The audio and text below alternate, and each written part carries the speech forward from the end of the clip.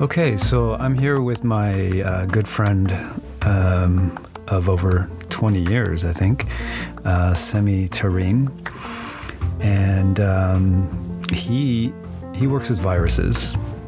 He's a senior director of gene therapy at a local biotech company here in Seattle, and he's been working with viruses for over 20 years as well.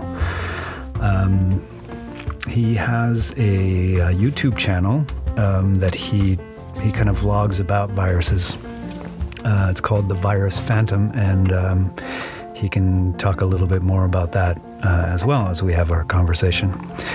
But first of all, I would like to welcome Semih to this podcast that I'm kind of stumbling through, the Pandemic Diaries.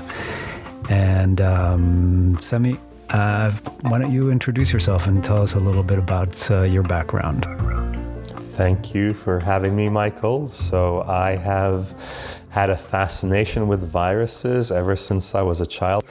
I think one of the reasons is I actually was bit by a rabid cat, or I thought I was bit. So a bunch of us neighborhood kids had to go to a local rabies hospital.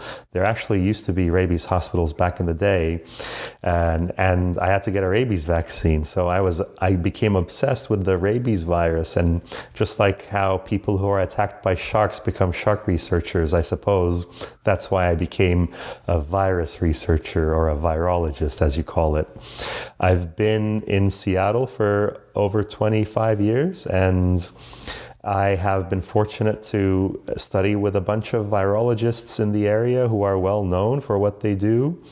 And as you said very nicely, I have been in the biotech field trying to use viruses to come up with cures for diseases such as cancer and other diseases. Is there a particular cure? I don't know if you can talk about this, but is there a particular cure you're working on right now in your work? In the previous company, it was a cure for cancer.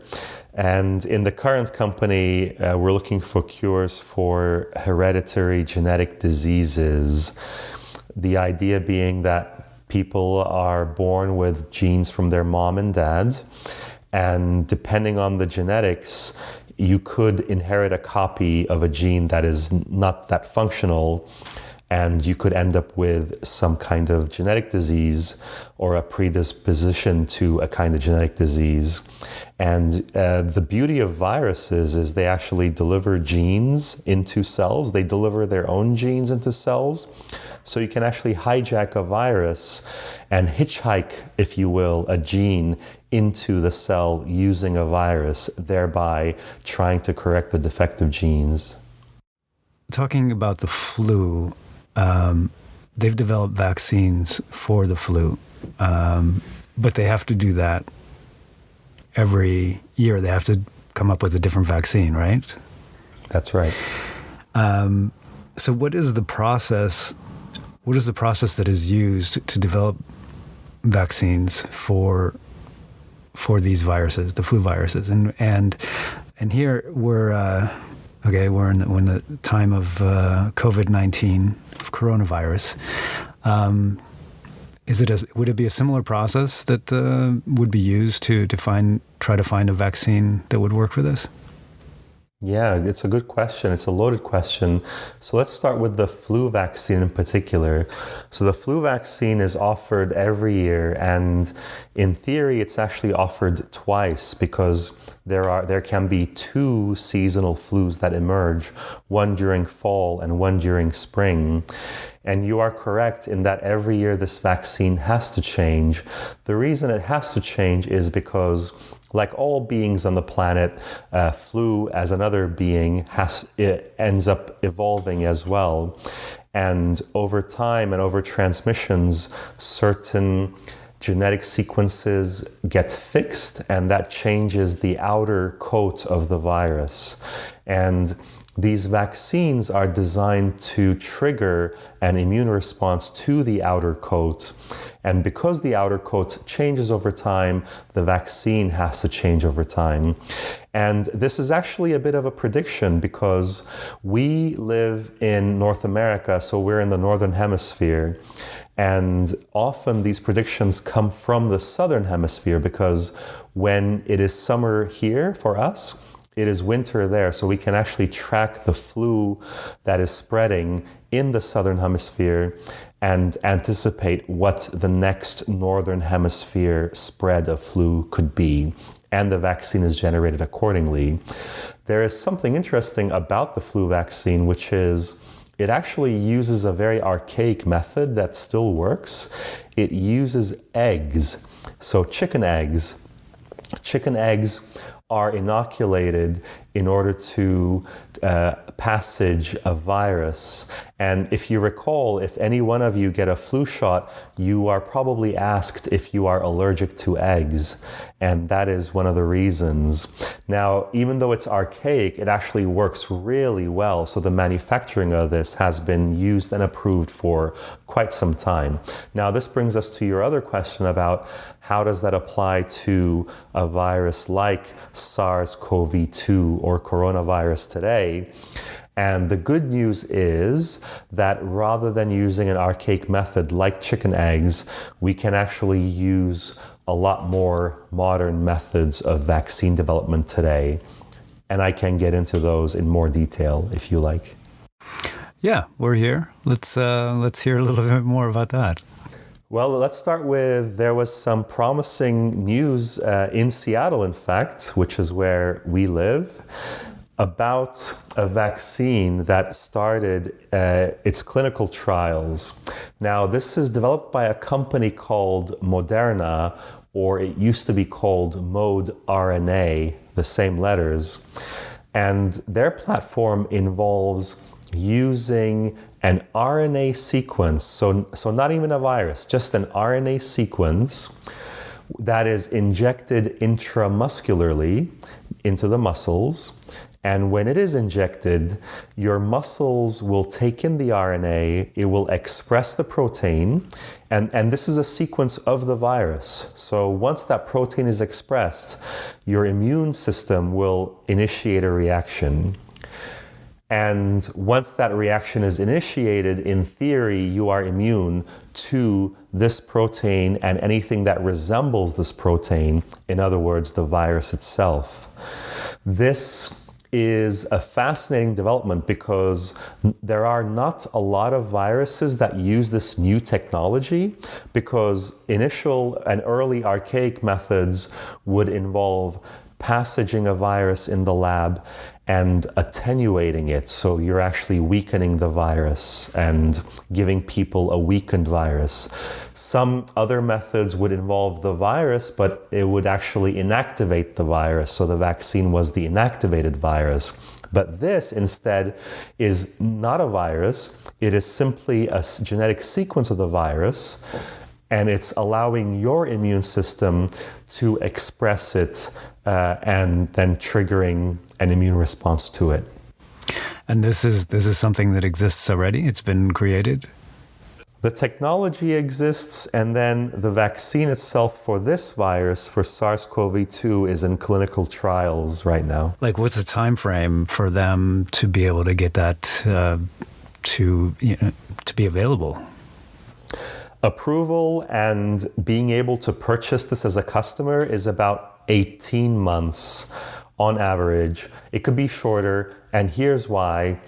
This particular vaccine has to begin with animal studies. Then it has to go into what's called phase 1 clinical trials, which consist of testing for safety, meaning making sure this does not accidentally cause an immune reaction to something else in the body. Because surprisingly, there can be overlap between these genetic sequences and parts of your body, in that some people could end up with organ failure with the wrong type of vaccine because of their immune response confusing their organ with the virus. And Once in phase 1 safety is established, then in additional studies you need to establish efficacy to actually show that it does something. And for efficacy you have to dose quite a bit of patients, not just a dozen, but a few hundred.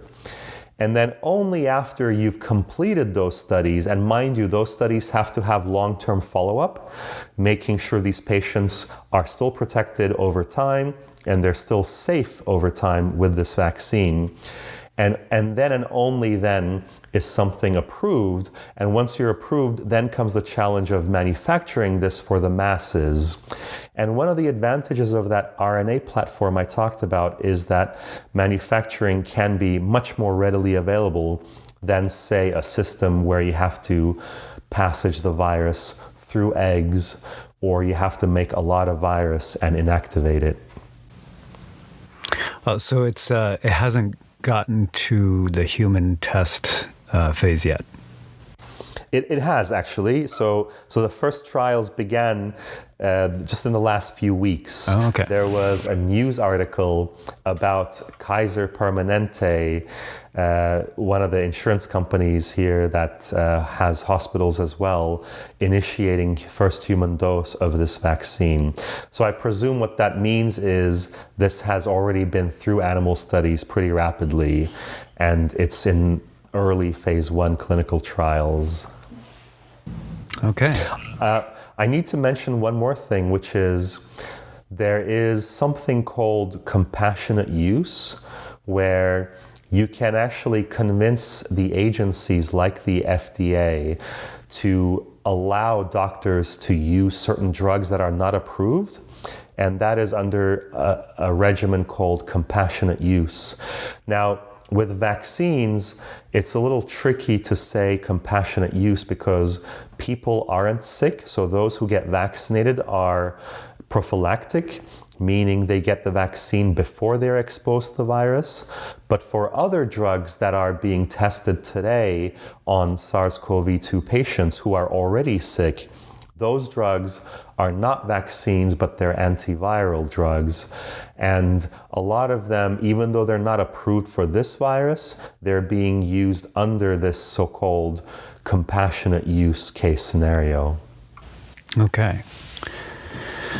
So look, it sounds like there's hope of some vaccine coming down the line. And so if that did get developed, which it sounds like it is, and it was eventually available, let's say, what are the chances of it becoming available like a yearly flu shot, like as easy to get as that, and like free through insurance companies? What are the chances of that? Oh, I think the chances are very high because humans on Earth learned their lesson with this pandemic. What I mean by that is we've had 2 epidemics of a similar coronavirus in the last 2 decades. One was MERS in 2012, the Middle Eastern Respiratory Syndrome virus, and the other was SARS in 2002. And SARS, as a lot of people know, stands for Severe Acute Respiratory Syndrome. So now today we have SARS-CoV-2, in other words, SARS coronavirus number 2. The world learned its lesson because those 2 initial viruses, we never bothered developing a vaccine for them. And there was a reason for that. The reason was those cases were not as they weren't as good as spreading as SARS-CoV-2 today. Also, they were much easier to catch and isolate. The death rate was much higher for SARS and for MERS. So identifying the patients and then capturing them and stopping the spread was so much more easier. Just to give you an example, those diseases, I believe it was SARS, ended up with only a few thousand cases total and a few hundred deaths total. And it simply stopped. It was stopped because it was isolatable. And no vaccine was developed for this. And we know that a lot of animals harbor coronaviruses. In fact, coronaviruses are very common in a lot of species, especially bats. So we could have anticipated a similar outbreak emerging one day and being ready with a vaccine in advance. And sadly, we didn't do that. So that's my story about what I mean by humanity learned its lesson. So now, with the financial resources in place and with the workforce and technology in place, it is very likely this vaccine will be made. And it is also likely this virus could become a seasonal virus that circulates throughout the population for years to come. So we simply treat it like a flu virus and a flu vaccine in that regard. And of course, with that logic, just like the flu vaccine is being used and approved through insurance and encouraged from employers to vaccinate their employees, it is possible this SARS-CoV-2 vaccine could go through a similar thing. If it was a seasonal thing, would it be similar to the flu virus in that it would mutate every year and a new vaccine would need to be developed every year? Oh yeah, so that's a good question. So the answer is probably no, and here's why. It has to do with the biology difference between the two viruses. So first of all, again, every being on the planet mutates every year, but mutations don't necessarily mean a fixation in the population. So in other words, for a mutation to be fixed, there has to be selection for that fix. And to elaborate, the flu virus has a unique biological trick that allows it to shuffle, if you will, its genome, just like a deck of cards. It has an RNA genome, but rather than having a single strand of an RNA genome, it has what's called segmented strands of RNA. And what that allows is, rather than following a typical mutation phenomena where you accidentally have an error here and an error there, and then those errors get fixed, no, instead what the flu virus has is flu can infect multiple animals, including humans, and once in a while, just by chance, you will end up with an animal that gets infected with multiple flu strains, and those segmented parts of the RNA will end up shuffling with each other like a deck of cards. So rather than your typical mutation that's due to error and time, you will end up with a completely surprising shuffling of a virus. And some of those shuffling can be detrimental to the virus, so it won't be fixed, it will be lost. But once in a while, there can be shuffling that will be fixed and will have some kind of a selective advantage. Hence, what we call the so-called mutation of flu. Now with SARS, the biology is different. It does not have those segmented genomes. Instead, it simply relies on the error rate of its replication. It's not perfect, so it will always have minor errors. And same with human cells. Human cells are not perfect. They always have minor errors as well. So the chances of one of these errors to be fixed in such a way that the vaccine will stop working and we have to make a new vaccine is highly unlikely for this SARS-CoV-2.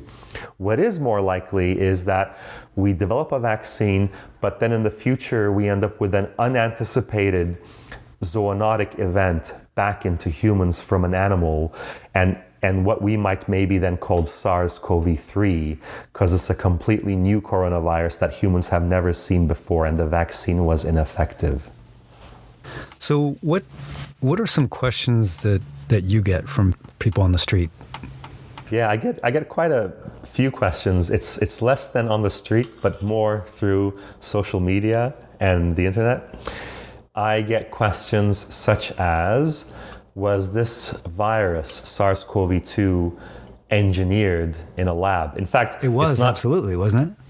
It's rarely a question because people start with that. People say, oh, I heard this was engineered and in a lab, and then it escaped from the lab. And then, so it's not really a question, but it does initiate dialogue. I do get questions about people love their pets and whether or not their pets would be vulnerable to this virus. So wait, rewind. Let's go back to the question about, is this a conspiracy? Or the conspiracy question, was this created in a lab? So, I've heard a lot of conspiracies out there that this was created by humans for whatever reason. So what is your answer to that question? Yeah, so the answer is, so scientists like myself, we never have a dogmatic answer. We always just simply look at data and then make conclusions based on the data. So there are a couple pieces of important evidence regarding this virus that suggest it is nothing but a normal zoonotic transmission from an animal to humans, which, by the way, happens a lot. The previous MERS was a transmission from camels to humans, and SARS, the early SARS in 2002, was a transmission from raccoon dogs and civet cats into humans. And here's how we know this. We use a trick called phylogeny. So phylogeny is basically where you get your genes and genomes of viruses, and then you ask a computer to basically line them up by differences and similarity. For example, we know today that humans' closest relatives are chimpanzees and bonobos based on this same genetic alignment of sequences. Also, today, we can release somebody from prison based on DNA evidence because we can line their DNA up with the DNA from the crime scene, for example. So the same logic. And with this logic, we, the scientists, were able to obtain the genome of SARS-CoV-2, which, by the way, is really impressive because contrast that with the HIV epidemic in the 1980s. And it took us years before we figured out what it was. So we had the SARS-CoV-2 sequence very quickly, and we already have an archive of hundreds of coronavirus sequences that exist.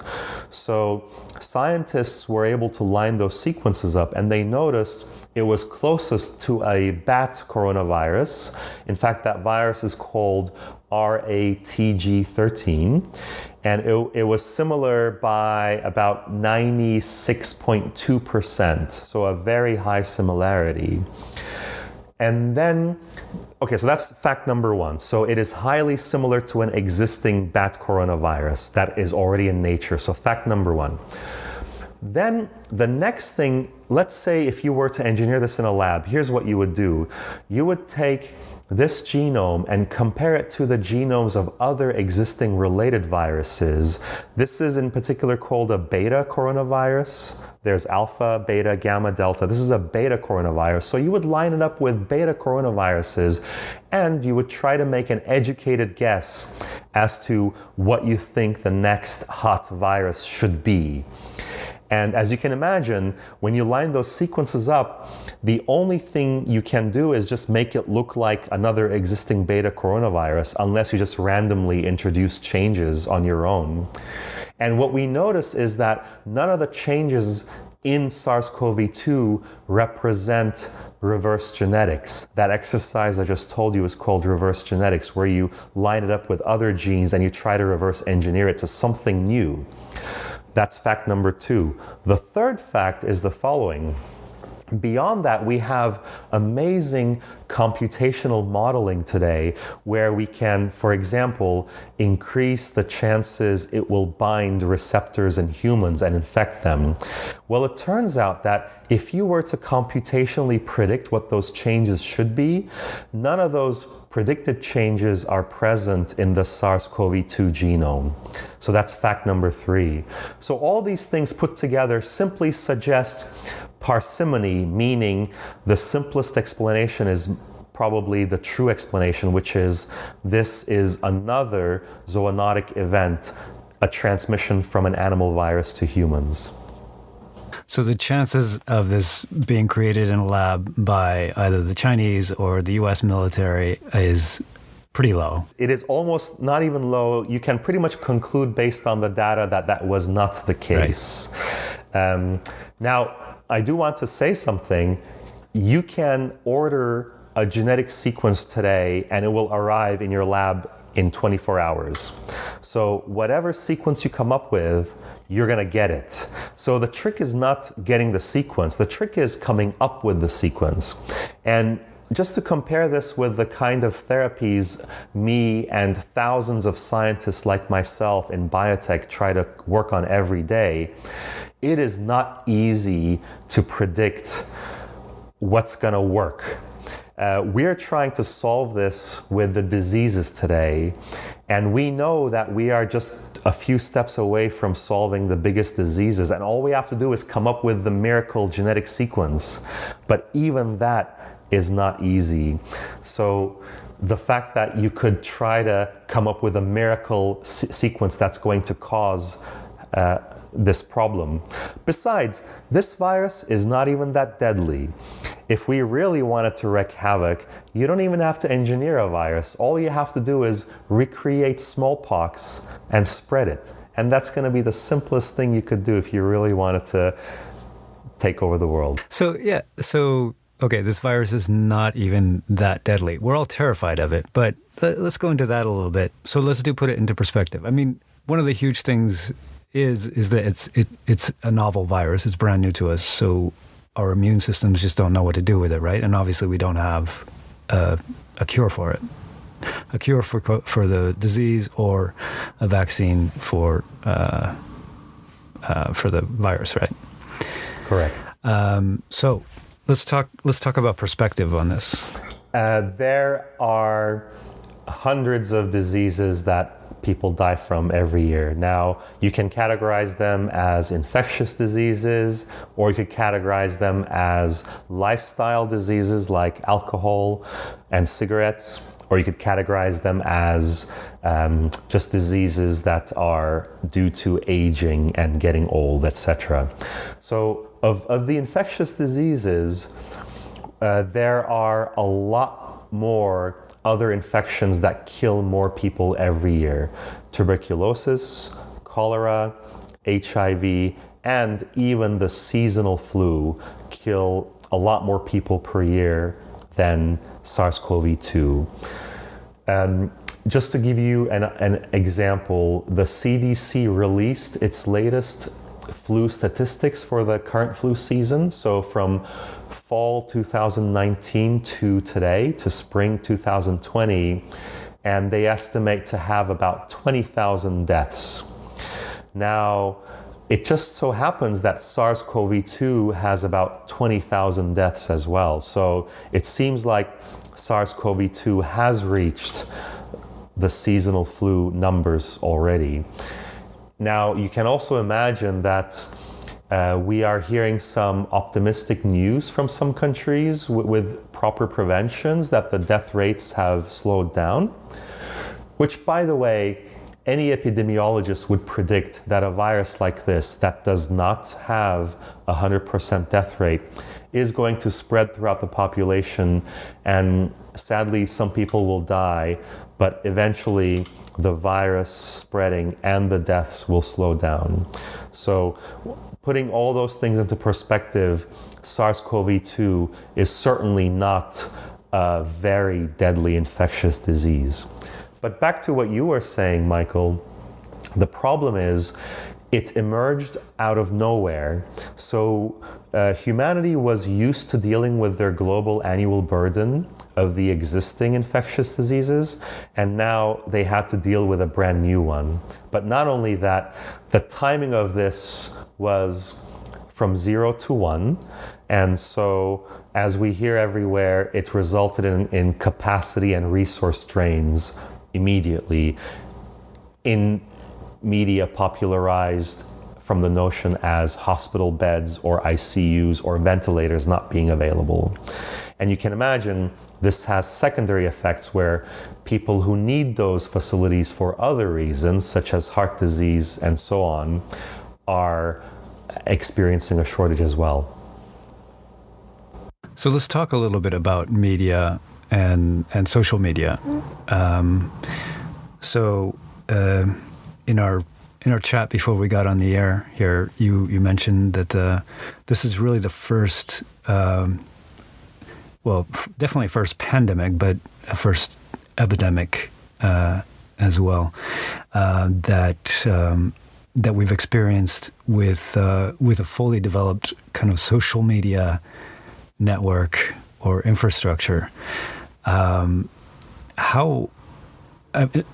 This is not affecting the virus itself, obviously, or the spread of it, but how is this affecting us in how we perceive the virus and how we're dealing with it? Can you talk a little bit about that, about kind of social media and the COVID-19 pandemic?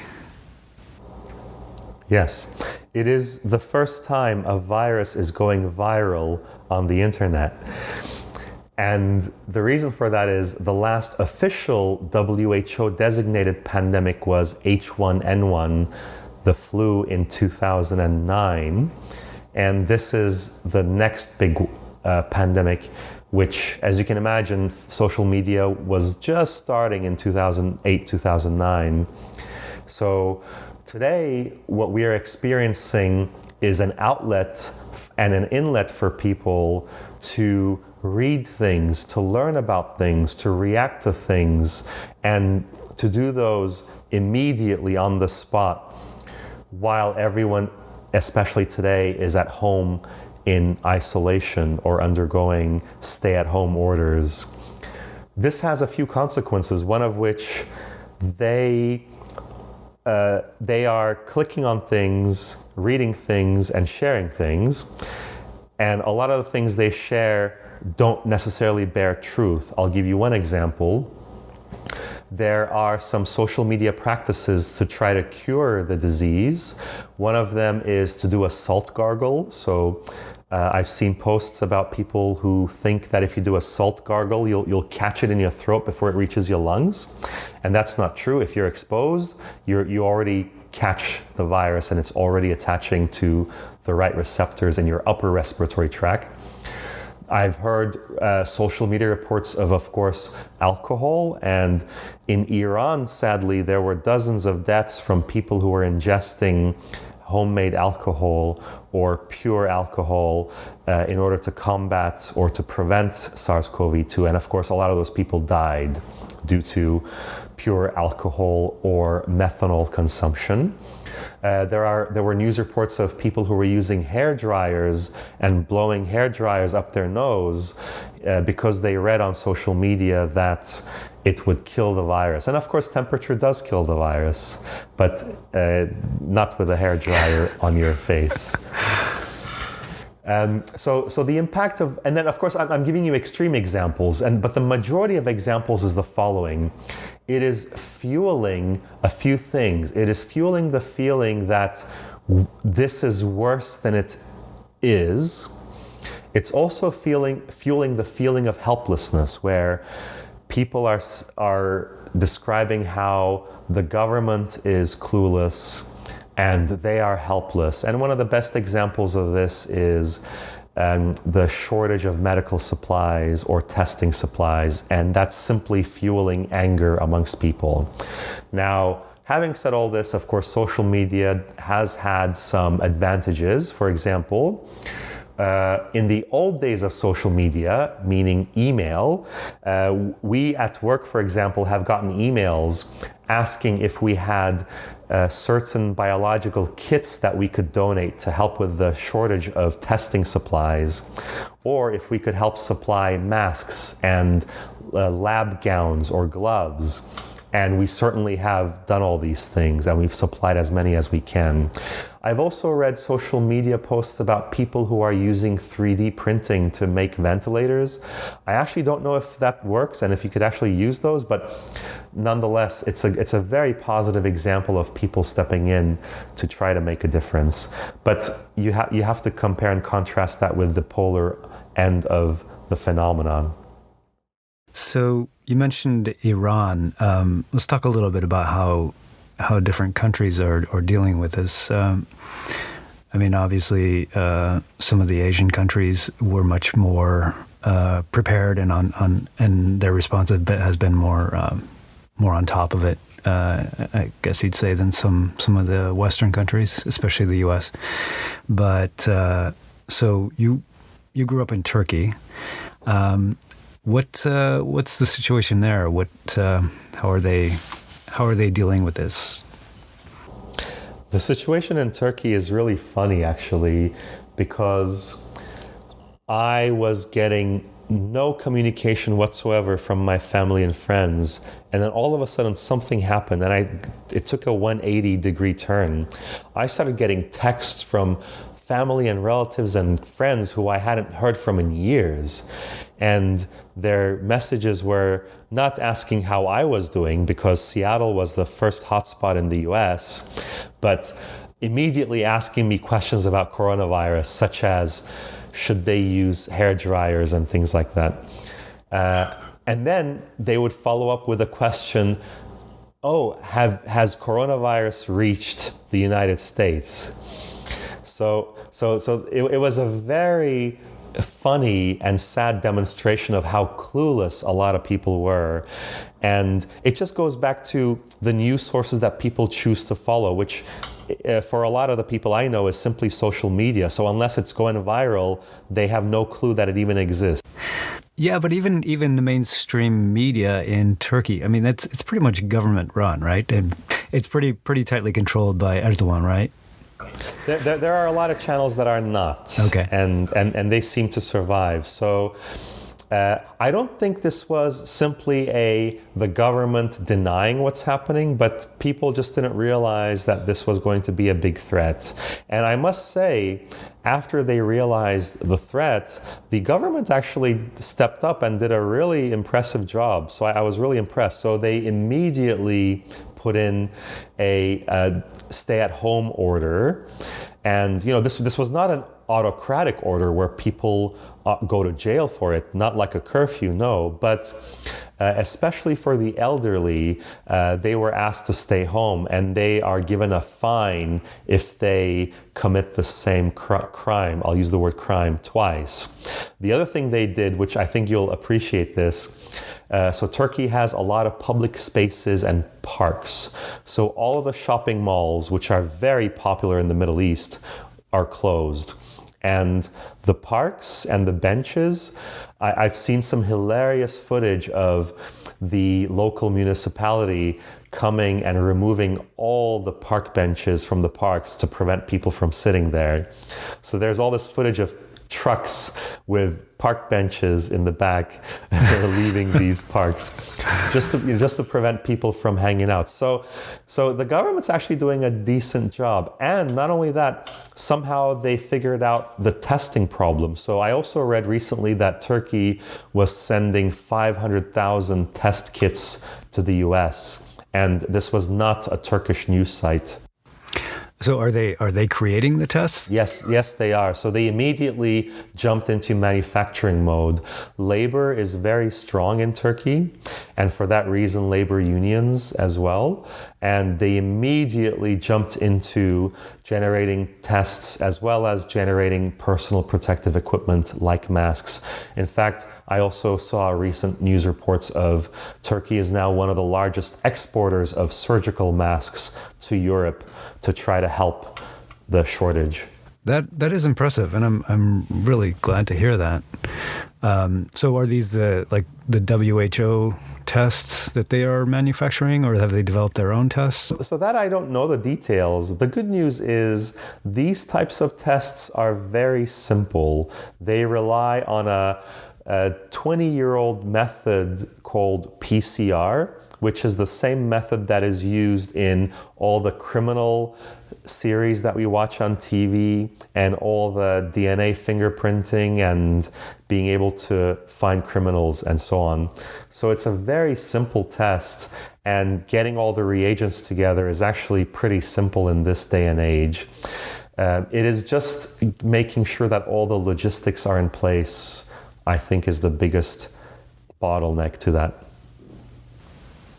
I'm not going to say anything about our government, but anyway. Okay. So yeah, talking about Turkey. So I'm actually shocked and very, very impressed that they've taken this head on, because I was a little concerned because we're both football fans, soccer. Yes. Love football, and definitely all of Europe shut down their leagues and the Champions League pretty quickly, in England, the EPL and everything. But Turkey, so I have this app that I watch my football on, and the only matches I could watch live at some point were just the Turkish, the Super League matches. So I was a little concerned that maybe they weren't taking this that seriously, but I guess they did come around pretty quickly. It can certainly be a mixture of responses. The response examples I gave you sound great, but that doesn't mean it's a complete holistic response. I think social distancing and isolation is still a concern. And the Turkish people love barbecuing out in parks. So with a lot of these stay-at-home orders, people just ended up communing in parks and spending time that way. So I wouldn't be surprised if they haven't treated the football leagues as they should. What's the latest on that? Do you know? Is the league still ongoing? No, I think they've suspended it as well. I'm pretty sure. Okay. Yeah. So our lives have changed pretty drastically with this. I mean, we're like Catherine and I take this pretty seriously, and we're basically shut in. We've got enough food for a couple weeks.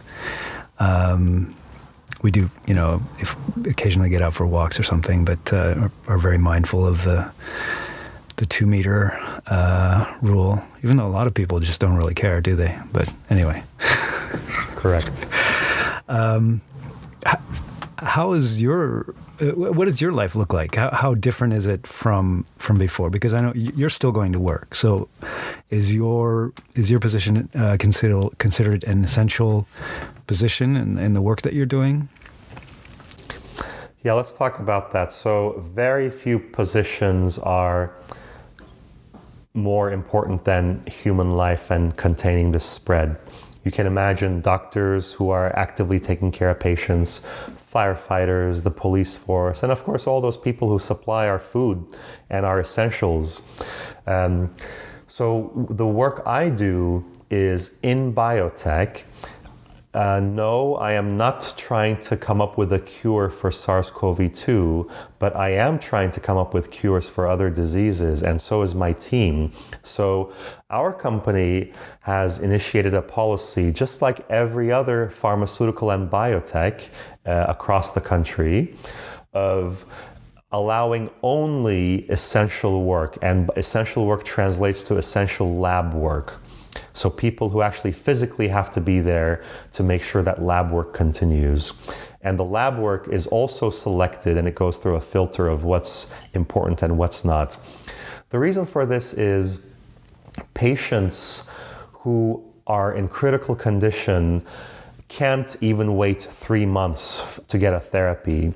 So we're trying to make sure that those patients who are only around for 1 or 2 months and who have one last shot at taking a therapy are going to be more likely to get that therapy because of the decisions we've made today. Now, the workplace is almost completely empty. In my work site, we are normally about 50 people, but every day when I go in, we have no more than half a dozen. So only about 6 people or so on any given day. And those people are only meant to come in, do their lab work, and then leave. So the entire company is operating with working from home for all of their meetings and for all of their work, unless it's essential lab work to get treatments to the patients. As far as how this impacted me, my work schedule has not changed. However, the spots that I always love to frequent after work, like my favorite breweries, are all shut down. And that is really heartbreaking. So instead, we have been storing beer at work, and I crack open a few cans when the time feels right. I think I've got a sound effect for the world's tiniest violin, Semih, for you. Life is miserable right now. Also, I actually feel safer at work now because of the policies in place. I think the worst place you could be right now is a grocery store, probably. I agree. For more reasons than just the virus. I mean, people are pretty serious about getting their toilet paper. That is true. Back to social media. So you, or I mentioned in the introduction that you have a YouTube vlog that you've started up. The Virus Phantom, just Virus Phantom, right? Yes. Okay. Virus Phantom, but with an F. With an F. Okay. And did you start this? Was this started as a result of this situation, the pandemic, or was this something you started before? And just tell us a little bit about it. This started as a result of the pandemic. Urgency defeated procrastination, and something I always wanted to do for years, because people have given me compliments and I'm grateful to them for my communication style about science. And I thought vlogging on YouTube would be the best way to go about doing this. But nothing just was really grabbing everyone's attention until now. So I wanted to do a few things. I wanted to accomplish a few things. I wanted to, first of all, communicate science to people and make sure the message is clear of what's really happening. But also I wanted to talk about these creatures, viruses, that I personally find very fascinating, because often they get a bad rep. And one thing that I really want to emphasize here, as I do on my vlog, is that most viruses don't make animals sick. In fact, most of them don't cause disease. Those that do cause disease are very rare and very far in between. And when you hear of the death rates of SARS-CoV-2, the virus isn't killing the people, it is their own immune system that's killing the people. Let me elaborate real quick on that. When we all get infected, we mount an immune response, and that immune response has evolved to have that perfect balance of preventing autoimmunity, but also making sure it's still active against foreign substances like viruses and other pathogens. Now you can imagine that balance is not perfect, so once in a while, we will have autoimmunity like diabetes or lupus. And once in a while, we will have infections where the immune system will attack so hard that it will go out of control. So a lot of the deaths today because of this virus, again, it's not due to the virus itself killing the cells or the people, but it is their immune response that's reacting, and that immune response is damaging the lungs and the tissue lining of the lungs. So I try to talk about these types of details to try to educate the public that we live on a planet with millions and billions of organisms, and this is just a result of that balance being in place. So respect to your virus friends. Respect to my virus friend. Right. And so that's Virus Phantom with an F on YouTube. And you are an incredible communicator of anything, but especially of science and of these topics that you know a great deal about. That means a lot. As I mentioned, we've known each other for over 20 years, and we kind of met through an interest in film and cinema, and you are a huge horror film fan. I love horror films. Yes, you do.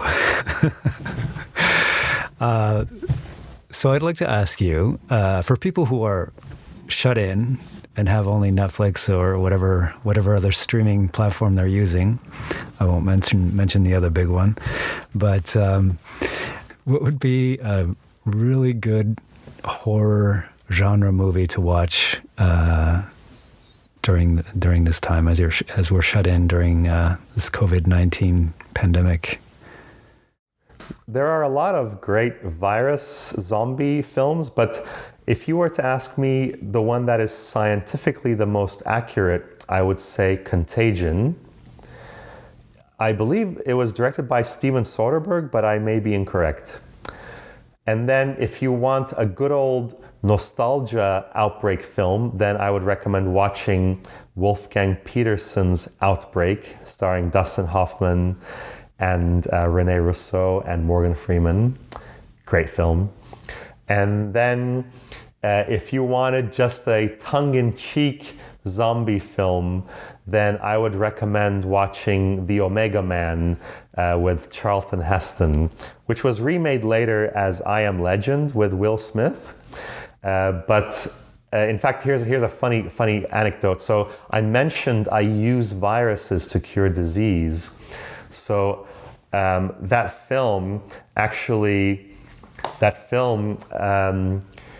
I Am Legend, is about a fictional measles virus that was used to generate a cure. And of course, it mutated like all viruses in films do, and it caused this horrible zombie outbreak. So those are the films I'd recommend. And of course, Michael, you and I have met through film, so film is dear to my heart. And to your listeners, I would like to shamefully say that I continue making horror films, and one of the latest films I produced is also available for streaming. Holiday Hell is streaming on Tubi, which is free, and Tubi is becoming one of my favorite streaming places, actually, completely free, and the ads are not annoying at all. And of course, it's on the other big platform that I think you're trying not to mention, so I'll choose not either. Okay. So, last question. If you were to create the perfect virus horror film scenario for a movie, what would that be?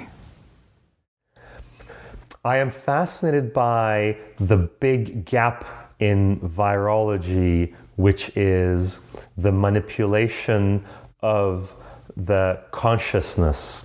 So, for example, we all know about viruses that cause disease in different parts of the body.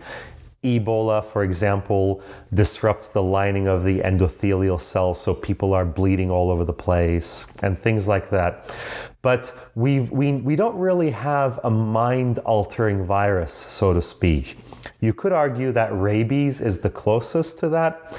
And yes, rabies infects the nervous system, but it's not quite the mind-altering virus that I would love to see on film. So my vote, my friend, would be for mind-altering viruses that alter behavior. I suppose the closest to this was not a virus, but was an alien invasion film, and it was Invasion of the Body Snatchers. And there were several remakes done, but the version starring Donald Sutherland from the 70s is really, really good. And there, the aliens are mind-altering, not a virus. Now, I gave this example of mind-altering viruses because in nature there are mind-altering viruses. There are, for example, wasps, parasitic wasps, that give their larvae to caterpillar for the caterpillar to grow and look after them. And when they do this, they actually inject a virus. So this caterpillar gets this virus, and the virus suppresses the immune system and also alters the mind of the caterpillar. So what happens is the caterpillar's immune system cannot reject this wasp larvae, and also the caterpillar ends up taking care of this larvae as if it were their own. So that's one of the most fascinating examples of mind-altering virology in the world. I think my scenario would be a psychological thriller of people being shut in from shelter in place and going crazy. I think that would be, honestly, an even scarier film, because more scary than viruses are humans. True. In fact, really quick on that note, there was an excellent film by one of our mutual favorite filmmakers, Michael Haneke, called Time of the Wolf. And it's one of the best post-apocalyptic films I had ever seen, because it wasn't, the threat was not what happened, but the threat was humans to each other. Right. And in the end, that really is the threat. Okay. Well, thank you so much, Semih, for taking time out of your day to talk with me and answer my questions. And it's just good. This is an opportunity to just chat with you too, because we can't get together for lunches anymore, at least not for the time being. So that's right. Can we do a virtual martini one of these days? Let's do that. We should make this a weekly thing. So we should. It's good to catch up with you. Thank you for having me, Michael. It's always a pleasure to talk to you.